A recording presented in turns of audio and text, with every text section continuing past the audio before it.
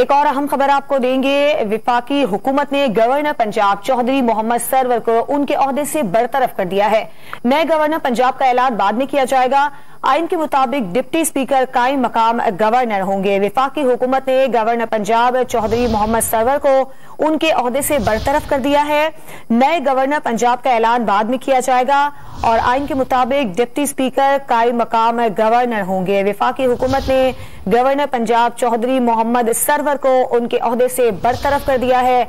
Governor Punjab का ऐलान अब बाद में किया जाएगा और आइन के मुताबिक जो डिप्टी स्पीकर हैं वो कायम मकाम गवर्नर होंगे। फवाद चौधरी की जानिब से ये बताया गया है। विफाकी हुकूमत ने गवर्नर पंजाब चौधरी सरवर को बरतरफ कर दिया है और नए गवर्नर पंजाब का ऐलान अब बाद में किया जाएगा और आइन के मुताबिक डिप्टी स्पीकर कायम मकाम गवर्नर होंगे जब तक नए गवर्नर पंजाब का ऐलान नहीं किया जाता है। विफाकी हुकूमत ने गवर्नर पंजाब चौधरी मोहम्मद सरवर को उनके ओहदे से बरतरफ कर दिया है और फवाद चौधरी की जानिब से एक ट्वीट किया गया है जिसमें इस बात का ऐलान किया गया है। विफाकी हुकूमत ने गवर्नर पंजाब चौधरी मोहम्मद सरवर को उनके ओहदे से बरतरफ कर दिया है।